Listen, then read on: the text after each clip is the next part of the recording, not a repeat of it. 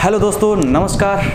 स्वागत है आप सभी का GK by Ajay sir YouTube platform पर और विजन इंस्टीट्यूट के इस डिजिटल प्लेटफॉर्म पर आप सभी का स्वागत है। मैं आपके लिए लेकर आता हूँ इसी समय साइंस की एक ऑनलाइन सेशन क्लास, जिसके अंदर हमने स्टार्ट कर रखा है फिजिक्स। और फिजिक्स में भी आज हमारा प्रकाश का 5वां लेक्चर है। प्रकाश चैप्टर अपन पढ़ रहे थे। प्रकाश में भी हमने कल स्टार्ट किया था समतल दर्पण। दो एक कंसेप्ट हमने पढ़े थे, आज उनको थोड़ा रिवाइज करते हैं, फिर आगे की क्लास अपन निरंतर रखेंगे। उससे पहले मैं आपको एक इन्फॉर्मेशन दे दूं कि हमने अभी एएलपी का न्यू बैच स्टार्ट किया है, ठीक है, जिसमें आपको मैथ, रीजनिंग और साइंस, जीके, ये 4 क्लासें आपको निरंतर सुचारू रूप से मिलती रहेगी। आप संपर्क कर सकते हैं, स्क्रीन पे दिए गए नंबर पर कॉल करो और या फिर आप आकर के मिलो Suratgarh vision institute, new bus stand के बिल्कुल एकदम सामने हमारा जो इंस्टीट्यूट है उसका नाम है विजन इंस्टीट्यूट। संपर्क कर सकते हो या दिए गए नंबरों पर आप कॉल करके बैच की पूरी जानकारी आप ले सकते हो। ठीक है दोस्तों, मिलते हैं अपन नए बैच के अंदर और शुरू करते हैं अपन आज का हमारा लेक्चर आगे और स्टार्ट करते हैं प्रकाश का आज 5वां लेक्चर है, ठीक है। कल हमने शुरू किया था समतल दर्पण। क्या पढ़ रहे थे भाई? हम पढ़ रहे थे समतल दर्पण, ठीक है ना। हम पढ़ रहे थे समतल दर्पण। क्या आवाज सबको आ रही है? समतल दर्पण यानी प्लेन मिरर के बारे में अपन पढ़ रहे थे। प्लेन मिरर मैंने आपको कल बताया था दर्पण क्या चीज होती है। तो गुरुजी हमने कल पढ़ा था कि दर्पण एक कांच का भाग है। यदि उस कांच के एक तरफ अपन सिल्वर सल्फाइड या जिंक सल्फाइड की क्या कर दें भाई, पॉलिश कर दें, तो याद रखना है हमारे पास में अब जो संरचना बन गई है वो संरचना क्या कहलाएगी भाई? दर्पण कहलाएगी। क्या कहलाएगी? दर्पण कहलाएगी। यदि आपके पास में प्लेन कांच की पट्टी है और उस प्लेन कांच की पट्टी की एक साइड आपने पॉलिश की है, वो भी कौन सी पॉलिश? तो आप कहोगे सिल्वर सल्फाइड या फिर आप कहोगे जिंक सल्फाइड की आपने पॉलिश कर दी, तो याद रखना है बना हुआ जो दर्पण होगा वो कहलाएगा आपके पास में समतल दर्पण। क्या कहलाएगा? समतल दर्पण। कल मैंने आपको यह भी बताया था कि जो समतल दर्पण है उससे जो प्रतिबिंब है वो कैसा प्रतिबिंब बनता है। तो मैंने आपको एक नाम बताया था, आसिब। कौन सा नाम बताया था? आसिब नाम बताया था। और मैंने ये बताया था आसिब का अर्थ क्या हो गया। तो आसिब के आ से बन गया दोस्तों आभासी, यानी समतल दर्पण से बना हुआ प्रतिबिंब कैसा होगा? आभासी होगा। और कैसा होगा गुरुजी? सीधा होगा, याद रखना। और कैसा होगा? वस्तु के आकार के क्या होगा गुरुजी? बराबर होगा। वस्तु के आकार के कैसा होगा? बराबर होगा। तो याद रखना है आभासी प्रतिबिंब, प्रत्येक आभासी प्रतिबिंब कैसा होता है भाई? सीधा होता है। और ऐसा प्रतिबिंब जिसको पर्दे पर प्राप्त नहीं किया जा सकता वो आपका कहलाता है आभासी प्रतिबिंब। और समतल दर्पण में प्रत्येक प्रतिबिंब वस्तु के आकार के क्या बनेगा भाई? बराबर बनेगा। प्रत्येक वस्तु के आकार के क्या बनेगा भाई? बराबर बनेगा। ये चीजें हमने कल पढ़ ली थी। और हमने एक चीज और पढ़ी थी कि यदि आप किसी समतल दर्पण के सामने खड़े हो तो और आपकी और समतल दर्पण की दूरी कितनी है? आपकी समतल दर्पण से दूरी कितनी है? मैंने कहा ये आपके पास में एक समतल दर्पण है, ठीक है ना। और आप इस समतल दर्पण से d दूरी पर आप खड़े हो, है ना। ये आपका क्या है भाई? ये आप हो और ये जो दूरी है आपकी समतल दर्पण से वो कितनी है? d मीटर है। कितनी है? d मीटर है। तो यहां इस समतल दर्पण में जो आपका प्रतिबिंब बनेगा, है ना, प्रतिबिंब बनेगा, उसकी दूरी दर्पण से कितनी दूरी होगी? दर्पण से दर्पण से प्रतिबिंब की दूरी पूछी है तो याद रखना है दर्पण के अंदर पीछे की तरफ d मीटर दूरी पर ही आपका क्या बनेगा? प्रतिबिंब बनेगा। क्या बनेगा? प्रतिबिंब बनेगा, है ना। मैंने कहा कि भाई समतल दर्पण से किसी वस्तु की दूरी 5 मीटर है, यानी 5 मीटर दूर कोई वस्तु समतल दर्पण से रखी हुई है, तो तो समतल दर्पण के अंदर प्रतिबिंब की समतल दर्पण से दूरी कितनी होगी? समतल दर्पण के अंदर प्रतिबिंब की दूरी कितनी होगी? तो आप कितनी बताओगे? 5 मीटर बताओगे। कितनी बताओगे? 5 मीटर बताओगे, ठीक है ना। और यदि वस्तु से प्रतिबिंब की दूरी पूछी जाए तो 5 मीटर समतल दर्पण के अंदर होगी और 5 मीटर ये होगी, तो 5 और 5 टोटल कितनी हो गई है? 10 मीटर हो गई है। यानी प्रतिबिंब की दूरी वस्तु से कितनी होगी? तो आप बताओगे 10 मीटर, लेकिन समतल दर्पण से प्रतिबिंब की दूरी 5 मीटर। और याद रखना है व्यक्ति की या वस्तु की समतल दर्पण से दूरी कितनी है? 5 मीटर है। ये कंसेप्ट हमने कल पढ़ा था।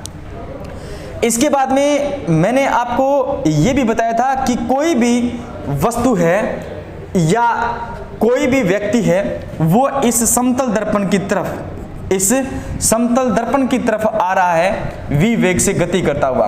किस वेग से गति करता हुआ? v वेग से गति करता हुआ आ रहा है। किस तरफ? समतल दर्पण की तरफ v वेग से गति करता हुआ आ रहा है, इस तरफ। तो इस समतल दर्पण के अंदर जो प्रतिबिंब है, इस समतल दर्पण के अंदर जो प्रतिबिंब है, उस प्रतिबिंब का वेग कितना होगा? और उस प्रतिबिंब का वेग व्यक्ति के सापेक्ष कितना होगा? तो आप कहोगे ये v वेग और इसका v वेग दोनों जुड़ जाएंगे और कितना हो जाएगा? 2v हो जाएगा। जैसे मैंने कहा एक व्यक्ति समतल दर्पण की तरफ 2 मीटर प्रति सेकंड के वेग से गति करता हुआ आ रहा है, तो समतल दर्पण के अंदर बनने वाला जो प्रतिबिंब है व्यक्ति का, उसका, है ना, इस व्यक्ति का प्रतिबिंब है, वो कितने मीटर प्रति सेकंड के वेग से व्यक्ति के सापेक्ष आएगा? तो आप ये कहोगे कि उसका वेग जो होगा वो कितना हो जाएगा? व्यक्ति का वेग कितना है? 2 गुणा में 2, तो कितना हो जाएगा बताओ? याद रखना है कितना हो जाएगा? 4 मीटर प्रति सेकंड हो जाएगा। 4 मीटर प्रति सेकंड हो जाएगा। ये चीजें हमने पढ़ी थी या नहीं पढ़ी थी? हाँ जी पढ़ी थी, ठीक है। अब देखो नेक्स्ट, आगे अपन शुरू करते हैं हमारे आज के कंसेप्ट को। और सॉरी भाई, आज का कंसेप्ट क्या है? मान लो ये है आपका समतल दर्पण। ये क्या है? समतल दर्पण है, ठीक है। ये क्या है? समतल दर्पण है। और ये है एक व्यक्ति, ये है एक व्यक्ति, ठीक है। ये व्यक्ति समतल दर्पण के विपरीत दिशा में, ये व्यक्ति समतल दर्पण के विपरीत दिशा में इस तरफ जा रहा है, जिसका वेग है v, जिसका वेग है v। समतल दर्पण में, ये समतल दर्पण है और ये एक व्यक्ति है। समतल दर्पण यहां पर है और व्यक्ति याद रखना है इधर जा रहा है विपरीत दिशा में, याद रखना है v वेग से। लेकिन एक व्यक्ति है, वो इस समतल दर्पण को याद रखना है 2 मीटर प्रति सेकंड के वेग से इसके विपरीत दिशा में लेकर के जा रहा है। व्यक्ति किधर गति कर रहा है? इधर गति कर रहा है। लेकिन कोई व्यक्ति है जो समतल दर्पण को 2 मीटर प्रति सेकंड के वेग से इधर की तरफ लेकर के जा रहा है। जैसे मैं इधर गति कर रहा हूं, मेरे पीछे की तरफ समतल दर्पण है और मेरी विपरीत दिशा में कोई व्यक्ति है, वो लेकर के जा रहा है समतल दर्पण को, ठीक है ना, 2 मीटर प्रति सेकंड के वेग से। तो आपसे पूछा जाए प्रतिबिंब की जो चाल है उस दर्पण में, वो चाल कितनी हो जाएगी, है ना। प्रतिबिंब की चाल उस दर्पण में कितनी हो जाएगी? तो याद रखना है आपसे क्या पूछा है? आपसे पूछा है प्रतिबिंब की चाल। क्या पूछा है भाई? प्रतिबिंब की चाल। प्रतिबिंब की चाल या प्रतिबिंब का जो वेग है वो क्या हो जाएगा? तो याद रखना है आपको किसका वेग पूछा है? इमेज का वेग पूछा है ना। तो याद रखना है ये vi यानी वेग किसका? इमेज का। और बराबर किसका होगा? याद रखना किसका होगा बताओ? 2v, है ना। क्या होगा भाई? 2vm, है ना। m का मतलब हो गया मिरर, यानी मिरर का वेग। और माइनस में क्या हो जाएगा बताओ? ऑब्जेक्ट का वेग। माइनस में क्या हो जाएगा? ऑब्जेक्ट का वेग, है ना। ये क्या है? ये vi बराबर में 2vm और माइनस में क्या हो जाएगा? याद रखना है ऑब्जेक्ट का वेग हो जाएगा। m क्या है? vm क्या है? तो गुरुजी vm है, वो याद रखना दर्पण का वेग है, दर्पण का वेग है, ठीक है ना, याद रखना है। और vo क्या है? याद रखना है वस्तु का वेग है, वस्तु का वेग है, वस्तु का वेग है और vi क्या है, तो आप कहोगे प्रतिबिंब का वेग है। आपको क्या ज्ञात करना है, प्रतिबिंब का वेग ज्ञात करना है, प्रतिबिंब का वेग प्रतिबिंब का क्या ज्ञात करना है भाई, वेग आपको क्या करना है, ज्ञात करना है। तो किस सूत्र से ज्ञात करोगे, 2vm माइनस में vo से क्या करोगे, ज्ञात करोगे। जैसे इधर मैंने कहा कि एक व्यक्ति समतल दर्पण से ये जो वेग है इसको मान लेते हैं अपन 10 मीटर प्रति सेकंड के वेग से क्या कर रहा है भाई, गति कर रहा है। समतल दर्पण से 10 मीटर है ना, विपरीत दिशा में, समतल दर्पण की विपरीत दिशा में 10 मीटर प्रति सेकंड के वेग से गति कर रहा है, ठीक है। लेकिन एक व्यक्ति उस समतल दर्पण को 2 मीटर प्रति सेकंड के वेग से इधर की तरफ व्यक्ति के विपरीत दिशा में लेकर के जा रहा है, तो आपको प्रतिबिंब की चाल ज्ञात करनी है। तो आप कैसे ज्ञात करोगे, आप ज्ञात करोगे vi बराबर में 2vm माइनस में vo, यानी vm मिरर का वेग कितना है, मिरर का वेग वो होगा जो व्यक्ति उठा करके इसको इस तरफ लेकर के जा रहा है, तो ये जो वेग हो जाएगा मिरर का वो कितना हो जाएगा बताओ, 2 गुना में याद रखना है 2 मीटर प्रति सेकंड हो जाएगा। माइनस ये 2 क्यों आया, क्योंकि जो मिरर का वेग है उठा करके ले जा रहा है व्यक्ति, वो कितने वेग से ले जा रहा है, 2 मीटर प्रति सेकंड के वेग से लेके जा रहा है। ऑब्जेक्ट यानी इस व्यक्ति का, इस वस्तु का वेग है वो कितना है, 10 मीटर प्रति सेकंड है। कितना है भाई, 10 मीटर प्रति सेकंड है, ठीक है। और इसके साथ में ये विपरीत दिशा में वेग है, तो इसके साथ में जुड़ेगा क्या बताओ, माइनस आ जाएगा। ये विपरीत दिशा में वेग है, इस दर्पण के विपरीत दिशा में वेग है, इसलिए माइनस आ रहा है, ठीक है ना। तो 2 दुए 4 और प्लस, माइनस और माइनस क्या हो गए, प्लस। तो 10 प्लस में 4 कितने हो गए भाई, 14 मीटर प्रति सेकंड हो जाएगा किसका वेग, तो आप कहोगे प्रतिबिंब का जो वेग है वो आ जाएगा 14 मीटर प्रति सेकंड। गुरुजी ये माइनस क्यों आया, ये माइनस इसलिए आया है क्योंकि दर्पण की विपरीत दिशा में जा रहा है व्यक्ति, तो विपरीत दिशा में याद रखना है प्रदर्शित करने के लिए आप क्या लगाओगे, माइनस लगाओगे। विपरीत दिशा को याद रखना है दर्शाने के लिए आप क्या लगाओगे, माइनस लगाओगे। तो आप बता सकते हो या नहीं बता सकते, ठीक है। अगला देखो, बता सकते या नहीं बता सकते। ये कॉन्सेप्ट क्या कहता है, ये कॉन्सेप्ट कहता है कि यदि कोई व्यक्ति दर्पण की विपरीत दिशा में v वेग से गति कर रहा है, v वेग से गति कर रहा है, और एक व्यक्ति दर्पण को उठा करके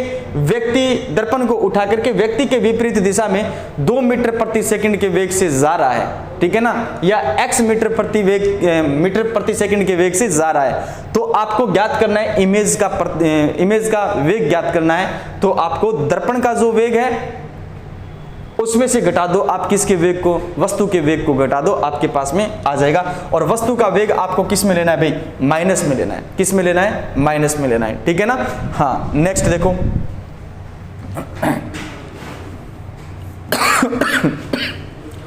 एक समतल दर्पण में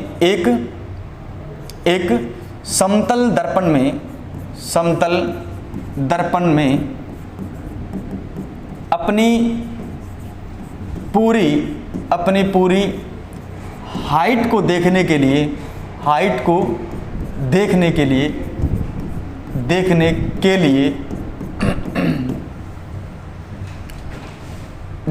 समतल दर्पण की लंबाई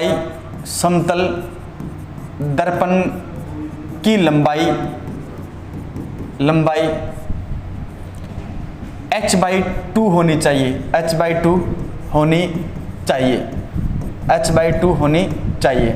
यानी समतल दर्पण की जो हाइट है वो कितनी होनी चाहिए, h/2 होनी चाहिए, ठीक है ना। मान लो एक वस्तु है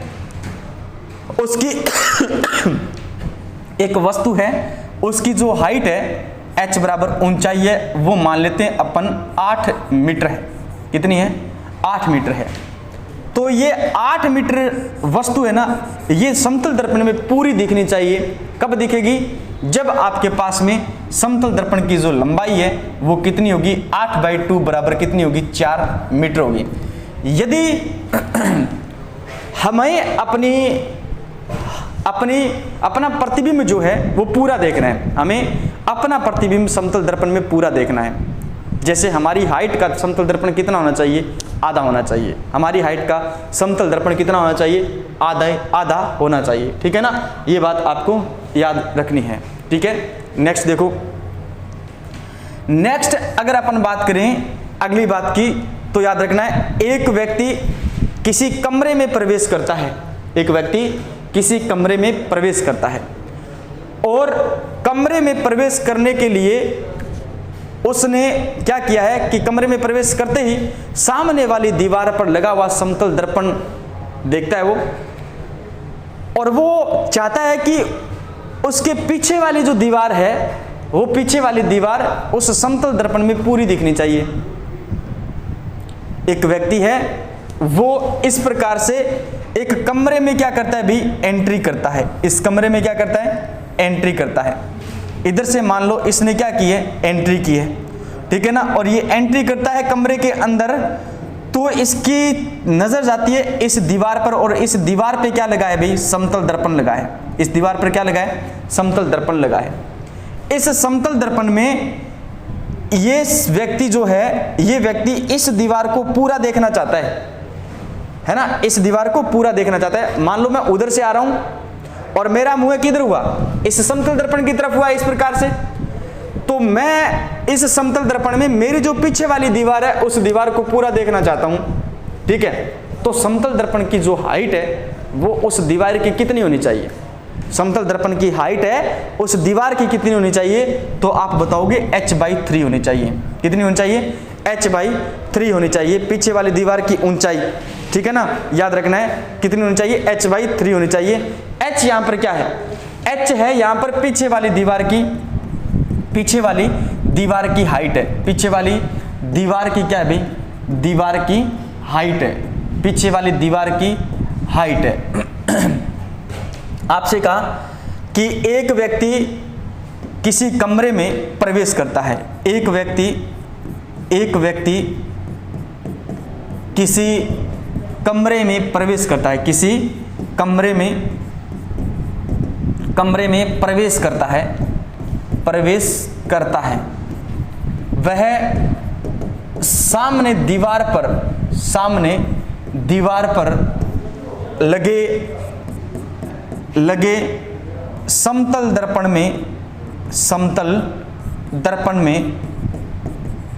में पीछे वाली दीवार को पूरा देखना चाहता है,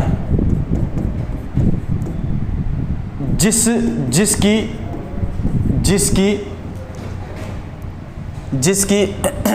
लंबाई या जिसकी ऊंचाई या हाइट, जिसकी हाइट या ऊंचाई 12 मीटर है, तो समतल दर्पण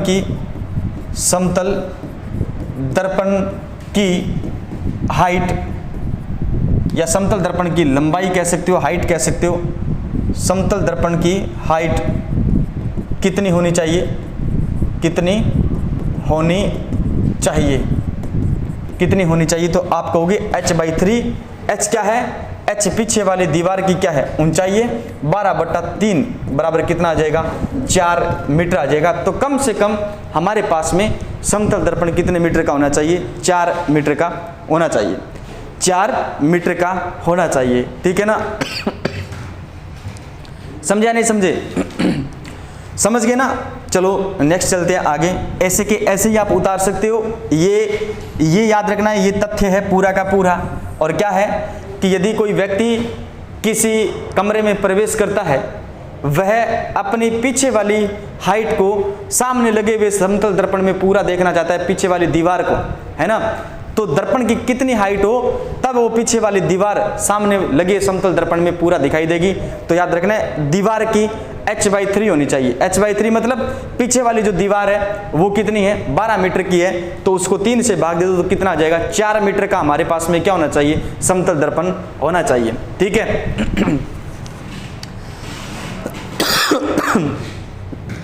आगे चलते हैं भाई। यदि किसी समतल दर्पण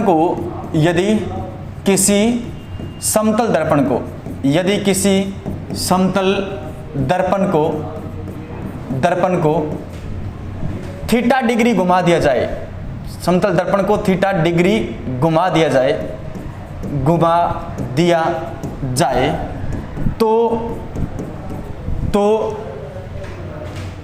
तो परावर्तित किरण कितने डिग्री घूम जाएगी, कितने डिग्री घूम जाएगी, कितने डिग्री घूम जाएगी, ठीक है ना। यदि किसी समतल दर्पण को थीटा डिग्री घुमा दिया जाए तो परावर्तित किरण जो है वो कितने डिग्री घूम जाएगी, याद रखना है। इसको भी आप सीधा कंसेप्ट के रूप से याद रखोगे और कितना, इसका उत्तर आएगा 2 थीटा डिग्री। कितना डिग्री? 2 theta degree. मान लो ये आपके पास में एक समतल दर्पण है और यहां पर ये आपतित किरण है और ये कौन सी किरण है, ये परावर्तित किरण है। ये आपतित किरण है और ये कौन सी किरण है, परावर्तित किरण है, ठीक है ना। आपने क्या किया, इस समतल दर्पण को अब थीटा डिग्री घुमा दिया इस प्रकार से।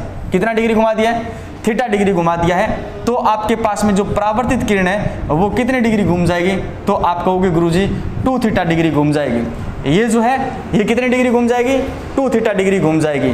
कहने का मतलब कैसे, आप कहने का अर्थ ये बता सकते हो कि एक समतल दर्पण को 45 डिग्री कोण पर घुमाया, 45 डिग्री कोण पर घुमाया, कोण पर घुमाया।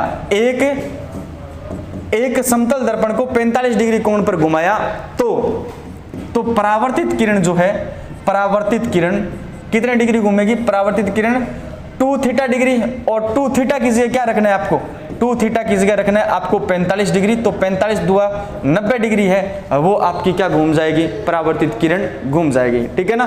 ये बहुत इंपॉर्टेंट चीज है, पीछे वाले भी बहुत इंपॉर्टेंट चीज है दोनों।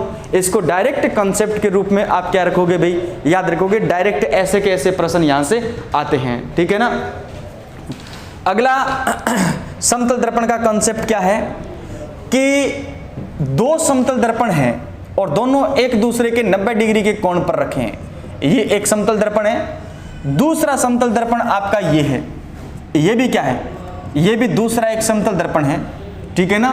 और आप क्या कर रहे हो, एक समतल दर्पण पर एक प्रकाश की किरण को आपतित करवा रहे हो। मान लो ये एक क्या होगी भी, समतल दर्पण से आप क्या करवा रहे हो, प्रकाश की किरण को आपतित करवा रहे हो।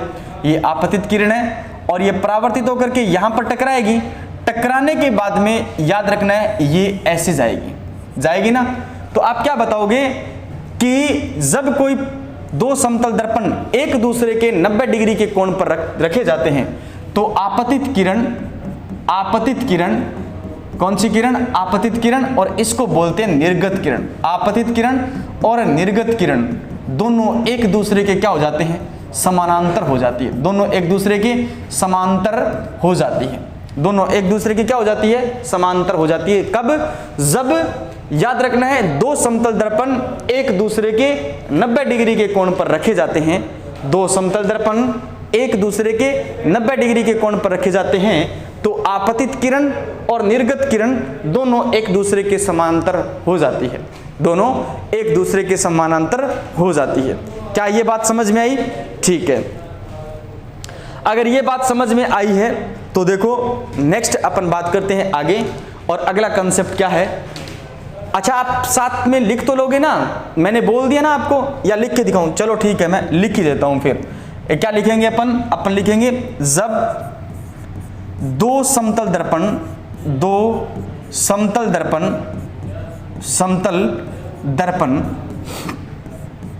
एक दूसरे के 90 डिग्री के कोण पर रखे जाते हैं, एक दूसरे के 90 डिग्री के कोण पर रखे जाते हैं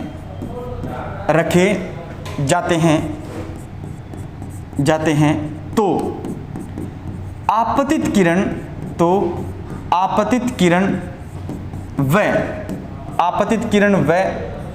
आपतित किरण व परावर्तित किरण, सॉरी परावर्तित नहीं, निर्गत किरण, आपतित किरण व निर्गत किरण एक दूसरे के समांतर हो जाती है, एक दूसरे के समांतर हो जाती है। क्या ये बात समझ में आई भाई? आगे ना चले, आगे चलते हैं। फिर नेक्स्ट देखो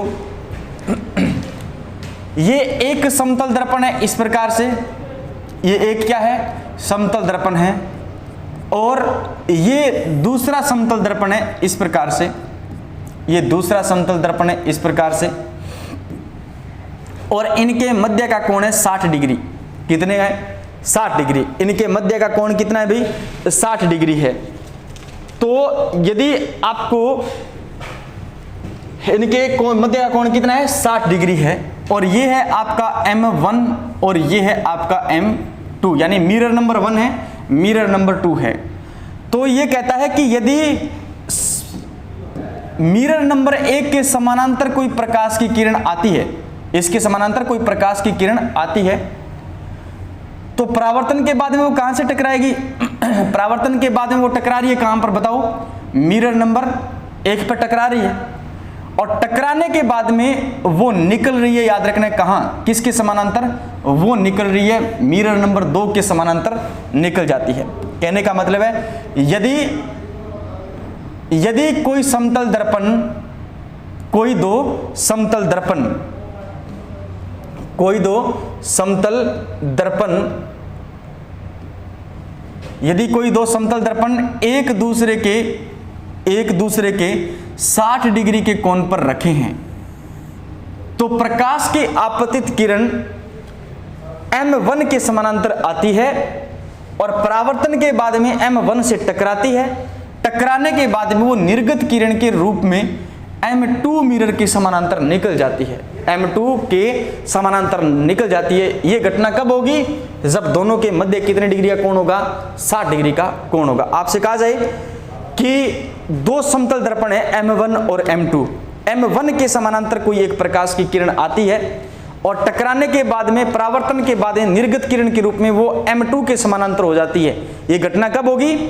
जब दोनों के बीच में कितने डिग्री का कोण होगा? 60 डिग्री का कोण होगा। कैसे लिखोगे आप? ऐसे लिखोगे, जब दो समतल दर्पण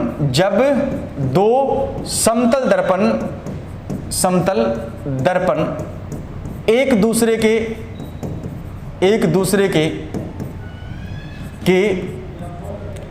60 डिग्री के कोण पर रखे हैं, 60 डिग्री के कोण पर,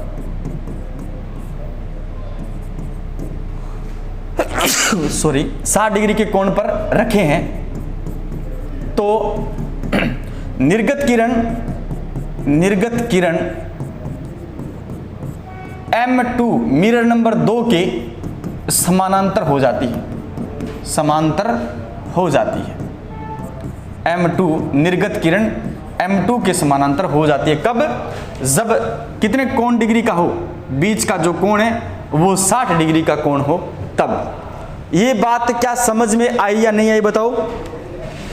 ये बात यदि समझ में आ गई है तो अगला कॉन्सेप्ट जहां से प्रश्न पूछ ले जाते हैं, और प्रश्न क्या है, कॉन्सेप्ट क्या रहेगा, चलते हैं। दो समानांतर दर्पण एक दूसरे के थीटा डिग्री के कोण पर रखे हैं, तो उनके मध्य बनने वाले जो प्रतिबिंब है, उन प्रतिबिंब की संख्या क्या होगी? क्या है भाई कि दो समतल दर्पण एक दूसरे से थीटा डिग्री के कोण पर रखे हैं, उनके मध्य बनने वाले प्रतिबिंब, उनके मध्य बनने वाले जो प्रतिबिंब है उनकी संख्या अपन कैसे ज्ञात कर सकते हैं? दो समतल दर्पण एक दूसरे के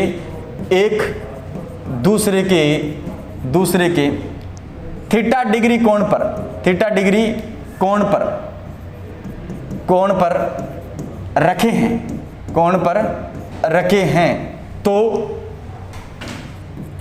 दो समतल दर्पण एक दूसरे के थीटा डिग्री कोण पर रखे हैं, तो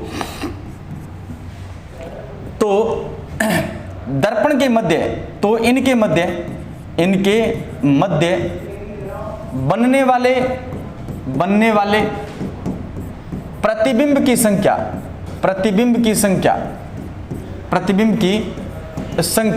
कैसे ज्ञात कर सकते हैं अपन? हम ज्ञात कर सकते हैं, याद रखना है n बराबर 360 बटा क्या कर सकते हैं अपन? 360 बटा क्या कर सकते हैं? थीटा कर सकते हैं। n बराबर 360 बटा थीटा सूत्र से अपन क्या कर सकते हैं? ज्ञात कर सकते हैं। n क्या है? n प्रतिबिंब की क्या है भाई? संख्या है। n क्या है? प्रतिबिंब की क्या रहेगी, संख्या रहेगी, प्रतिबिंब की संख्या रहेगी। और थीटा क्या है यहाँ पर, थीटा प्रश्न में दिया गया कोण है, प्रश्न में दिया गया कोण है। यदि n बराबर क्या आता है, n बराबर सम आता है तो उसमें से एक क्या करना पड़ेगा, घटाना पड़ेगा, है ना। और n बराबर क्या आता है, n बराबर विषम आता है, m बराबर क्या आता है, विषम आता है, तो हमारा उत्तर क्या रहेगा, विषम ही रहेगा। हमारा उत्तर क्या रहेगा, विषम ही रहेगा। मतलब मान लो कि दो दर्पण हैं, वो एक दूसरे से 60 डिग्री के कोण पर रखे हैं, एक दूसरे के 60 डिग्री कोण पर रखे हैं, तो उनके मध्य बनने वाले प्रतिबिंब की संख्या कितनी होगी। तो आप 360 को याद रखना किससे भाग दोगे, 60 से भाग दोगे, तो 0 से 0 कैंसिल और 6 छिके कितने हो गए, 36 हो गए। इसका मतलब उत्तर किस में आ गया, सम संख्या में आ गया, और सम संख्या में आ गया तो एक क्या कर दो, घटा दो, 6 में से 1 गया, 5 प्रतिबिंब बनेंगे। कितने प्रतिबिंब बनेंगे, 5 प्रतिबिंब बनेंगे, ठीक है ना। कितने प्रतिबिंब बनेंगे, 5 प्रतिबिंब बनेंगे, ठीक है ना। यदि मैं ये कहूं कि आपको ये बोला जाए, मान लीजिए आपके पास में कितने डिग्री का कोण है, कि दो कोई दर्पण है, वो एक दूसरे के 90 हो गया, 80 हो गया, आपका 70 से कट जाएगा क्या, नहीं कटेगा, ठीक है ना। आपके पास में 5 नहीं, ये भी नहीं कटेगा, और आपके पास में 3 से कट जाएगा क्या, देखते हैं 3 से भी कटेगा तो सम ही आएगा, है ना। उत्तर यदि विषम संख्या में आ रहा है तो आपका उत्तर विषम संख्या माना जाएगा, और उत्तर यदि सम संख्या में आ रहा है तो उत्तर क्या माना जाएगा, सम संख्या ही माना जाएगा। उत्तर क्या माना जाएगा भाई, सम संख्या ही माना जाएगा, ठीक है ना। हाँ, ये बात आपको याद रखनी है। नेक्स्ट देखो, अपन बात करते हैं आगे। यदि उत्तर किस में आ रहा है, उत्तर यदि जैसे मान लो 4.5 आ गया, कितना आ गया, 4.5 आ गया, तो आप क्या करोगे, आपको आगे वाली संख्या माननी है कितनी, 5 माननी है। कितनी माननी है, 5 माननी है। जैसे, ठीक है ना, अगर उत्तर कितना आ गया, 3 पॉइंट कितना आ गया, 8 आ गया, तो आपको कितना मानना है, 4 नहीं मानना, क्योंकि सम संख्या तो आप ले ही नहीं सकते। आप क्या कर सकते हो, आप विषम संख्या ले सकते हो, कितनी, 3 ही रखोगे। कितनी रखोगे, 3 ही। यदि उत्तर 4 पॉइंट कितना आ गया, 7 आ गया, इसका मतलब आपको 5 मानना है। उत्तर 4.1 आ गया तो भी आपको उत्तर कितना मानना है, 5 मानना है। कितना मानना है, 5 मानना है, ठीक है ना, याद रखना है। और लेकिन उत्तर कितना आ गया, 3.6 आ गया, 3.7 आ गया, 3.1 आ गया, तो आपको विषम संख्या माननी है। कितना उत्तर मानना है, 3 मानना है, ठीक है ना। हाँ, तो कैसे ज्ञात कर सकते हो आप ज्ञात कर सकते हो 360 अपॉन क्या कर सकते हो, थीटा कर सकते हो। थीटा आपको क्वेश्चन में दिया हुआ मिलेगा, ठीक है ना, और उसका भाग दे दो। यदि उत्तर आ रहा है सम संख्या तो आपको उत्तर क्या मानना है भाई, 1 घटा करके विषम संख्या में लेके आना है, और यदि विषम संख्या में उत्तर आ रहा है तो आपको कितना मानना है भाई, याद रखना, विषम संख्या मानना है। जैसे 360 है और दोनों दर्पण के मध्य का कोण है 40 डिग्री। कितना डिग्री है, 40 डिग्री। तो याद रखना 0 से 0 कैंसिल हो गया, 4 एकम 4, 4 निम्न कितने हो गए भाई, 36। तो 9 क्या है, विषम संख्या है। तो याद रखना उत्तर कितना होगा भाई, विषम संख्या ही होगा। उत्तर कितना होगा, विषम संख्या 9 के रूप में ही होगा, ठीक है ना, याद रखना। आगे चलते आगे जो हमारा कंसेप्ट है वो क्या कहता है कि दो समतल दर्पण एक दूसरे के समानांतर रखे हैं, है ना। दो समतल दर्पण एक दूसरे के समानांतर रखे हैं, ठीक है। मैं ये कहूं कि ये दो समतल दर्पण हैं, ये एक दूसरे के क्या रखे हैं, समानांतर रखे हैं। या तो ऐसे रखे हैं, या फिर याद रखना है कैसे रखे हैं, ऐसे रखे हैं। एक दूसरे के क्या रखे हैं, ये एक दूसरे के क्या रखे हैं भी, समानांतर रखे हैं। तो दोनों के मध्य कोण कितने डिग्री का हो गया बताओ, 0 डिग्री का हो गया। दोनों के मध्य 0 डिग्री का कोण हो गया। तो अब आपके पास में जो बने हुए प्रतिबिंब है, आपके पास में बने हुए प्रतिबिंब है, उनकी संख्या कितनी होगी, तो आपको होगी n बराबर 360 अपॉन में क्या हो गया, 0 हो गया। इसका मतलब आपके पास में जो प्रतिबिंब बनेंगे वो प्रतिबिंब बनेंगे बताओ अनंत। कितने प्रतिबिंब बनेंगे, अनंत प्रतिबिंब बनेंगे। क्यों, क्योंकि इनके मध्य का कोण 0 और 0 का किसी संख्या में भाग देते हैं तो उत्तर कितना आता है बताओ, अनंत आता है। तो याद रखना है इसके बाद में जो प्रतिबिंब बन रहे हैं वो अनंत बनेंगे। और एग्जाम्पल आप देख सकते हो, नाई की दुकान में रखे हुए दो समतल दर्पण एक दूसरे के क्या होते हैं, समानांतर होते हैं, है ना। नाई की दुकान में रखे हुए समतल दर्पण लगे हुए, नाई की दुकान में लगे हुए लगे हुए समतल दर्पण, है ना, ये अनंत प्रतिबिंब का क्या बना करते हैं भाई, निर्माण करते हैं। ये अनंत प्रतिबिंब का क्या करते हैं, निर्माण करते हैं, ठीक है ना। ये कंसेप्ट भी आपको याद रखना है। इसके अलावा आपको याद रखना है कि समतल दर्पण की जो फोकस दूरी होती है वो अनंत होती है और क्षमता क्या होती है भाई, शून्य होती है, ठीक है ना।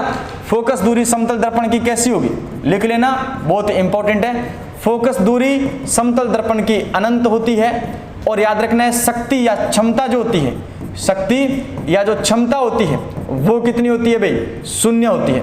वो कितनी होती है, शून्य होती है, ठीक है ना। और याद रखना है समतल दर्पण की जो त्रिज्या होती है वो क्या होती है, अनंत होती है। समतल दर्पण की त्रिज्या अनंत होती है और इसके साथ साथ में आपको याद रखना है समतल दर्पण की आवर्धन क्षमता होती है वो पॉजिटिव होती है। आवर्धन क्षमता क्या होती है अभी, पॉजिटिव होती है। समतल दर्पण की त्रिज्या त्रिज्या समतल दर्पण की कितनी होगी, त्रिज्या अनंत होगी, तो याद रखना है इसीलिए फोकस दूरी क्या होती है, अनंत होती है। और आवर्धन क्षमता जो है समतल दर्पण की, आवर्धन क्षमता, ये सब अपन पढ़ेंगे। आवर्धन क्षमता क्या होती है, जब अपन उत्तल दर्पण और अवतल दर्पण से प्रतिबिंब का क्या पढ़ेंगे, निर्माण पढ़ेंगे, तब आवर्धन क्षमता भी क्या होती है भाई, पॉजिटिव होती है, धनात्मक होती है। क्या होती है, पॉजिटिव होती है, धनात्मक होती है, ठीक है ना।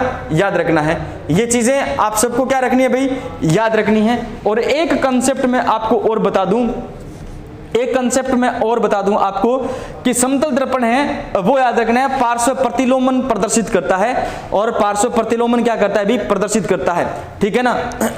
पार्श्व प्रतिलोमन क्या करता है भी, प्रदर्शित करता है। देखो इधर आपसे कहा जाए कि पार्श्व प्रतिलोम प्रदर्शित करता है ना, पार्श्व प्रतिलोम प्रदर्शित करता है, पार्श्व प्रतिलोमन प्रदर्शित करता है कौन सा दर्पण, आप कहोगे समतल दर्पण। क्या होता है, आप जब समतल दर्पण में अपने आप को देखते हो, समतल दर्पण के सामने खड़े हो गए अपने आप को देखते हो, तो आपका बायां भाग आपको दाईं तरफ दिखाई देता है, दायां भाग आपको बाईं तरफ दिखाई देता है। यही क्या कहलाता है, पार्श्व परिवर्तन कहलाता है। और ये पार्श्व परिवर्तन कौन प्रदर्शित करता है, तो आप कहोगे समतल दर्पण क्या करता है, प्रदर्शित करता है। एक लास्ट चीज है इसके अंदर, और वो क्या रहेगी आपकी, वो रहेगी कि यदि आपका समतल दर्पण है, मान लीजिए कोई क्या है, समतल दर्पण है ना, और इसमें आपकी प्रकाश की किरण क्या हो रही है, ये आपतित हो रही है ना, और ये क्या है भी, परावर्तित किरण है, ठीक है ना, याद रखना है। और इनके बीच में क्या है, ये अभिलंब है। और मैं आपसे ये कहूं कि ये आपका कोई समतल दर्पण है और ये आपका अभिलंब है, और अभिलंब से ही किसी प्रकार की प्रकाश की आपतित किरण आपतित हो रही है, किस पर, इस समतल दर्पण पर।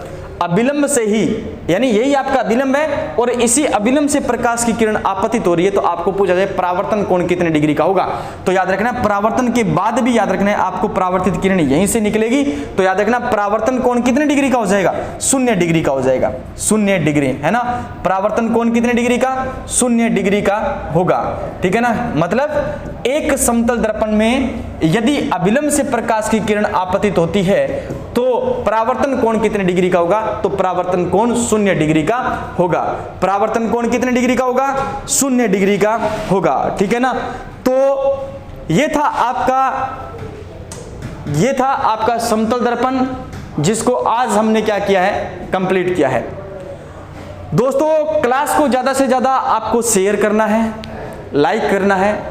किसी भी प्रकार की समस्या हो तो आप कमेंट बॉक्स में अपना कमेंट लिख सकते हैं। हम आपका कमेंट देख करके, पढ़ करके आपकी समस्या को 100% दूर करने का प्रयास करेंगे। निरंतर आप हमारे साथ बने रहो, आपको बहुत फायदा मिलने वाला है। और भी क्लासें अपन जल्द से जल्द, जैसे मैथ है, रीजनिंग है, आपको प्रोवाइड करवाने वाले हैं। जब तक आपको 3 क्लासें मिल रही है तब तक आप 3 क्लासों का भरपूर आनंद लो और अपने कोर्स को कंप्लीट करने का प्रयास करो। हमारा भी यही उद्देश्य है कि आपको जल्दी से जल्दी 2 क्लासें और प्रोवाइड करवाएं, 2 तो क्या, सभी प्रकार की क्लासें आपको प्रोवाइड करवाएं। लेकिन थोड़ा सा समय का अभाव है ना, उस अभाव के चलते हम अभी आपको और क्लासें प्रोवाइड नहीं करवा सके। लेकिन जैसे ही हमारा आगे कुछ सेटअप तैयार होता है तब हम आपके लिए नई क्लासें और लेकर आएंगे, एक बहुत ही बेहतरीन कंटेंट के साथ, बहुत ही बेहतरीन सुविधा के साथ में, है ना। बस आपसे रिक्वेस्ट है कि आप जब भी क्लास को देखो तो क्लास को शेयर किया करें। अपने व्हाट्सएप के स्टेटस में क्लास का वीडियो होना चाहिए, है ना। ज़्यादा से ज़्यादा संख्या में विजन इंस्टीट्यूट या फिर GK by Ajay sir YouTube channel के साथ में बच्चों को जोड़ कर रखने का आप बीड़ा उठाएं। हम आपके लिए तत्पर हैं। जैसे हमारे से जो भी मेहनत हम कर रहे हैं, हमारे पास में जितना भी कंटेंट है, अच्छे से अच्छा बेहतरीन से बेहतरीन कंटेंट है, वो हम आपको यूट्यूब चैनल के माध्यम से, एक छोटे से परिवार के माध्यम से आपको पहुंचाने का प्रयास कर रहे हैं। ठीक है, आपका भी दायित्व बनता है कि आप भी इस संस्था, इस यूट्यूब चैनल के साथ में जुड़ करके इस यूट्यूब चैनल को, इस संस्था को आगे तक ले जा सकते हो। ठीक है ना। मिलते हैं नेक्स्ट वीडियो में, तब तक के लिए धन्यवाद। जय हिंद, जय भारत।